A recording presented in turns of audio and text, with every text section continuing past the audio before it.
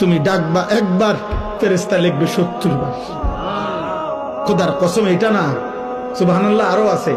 মানে হলো 70 বার হলো প্রথম। আল্লাহ তাআলা কোরআনে আছে, হাদিসে আছে, প্রত্যেকটা নেকি লেখার সময় রমজানে ফেরেশতা তো আল্লাহকে জিজ্ঞেস করবে, আল্লাহ 70 লিখবো? আল্লাহ বলবে না, আরো বাড়াইতে হইব। কেডা নাম কও? আব্দুল আউয়াল। আচ্ছা, তো লেখ 700 লেখ। ও না না, 7000 লেখ। না না, 70,000 লেখ। না না, 7 লক্ষ লেখ। এক সেজদা 70 লাখ লেখ। কসম আল্লাহর তাফসীর আছে। 7 কোটি লেখো, 70 কোটি লেখো, 70,000 কোটি লেখো। কখনো কখনো মহান আল্লাহ পাক তার দয়ার সাগরে যখন উথলে ওঠে, আল্লাহ বলে, ফেরেশতা তুমি লেখো না, আমি নিজ হাতে লিখবো।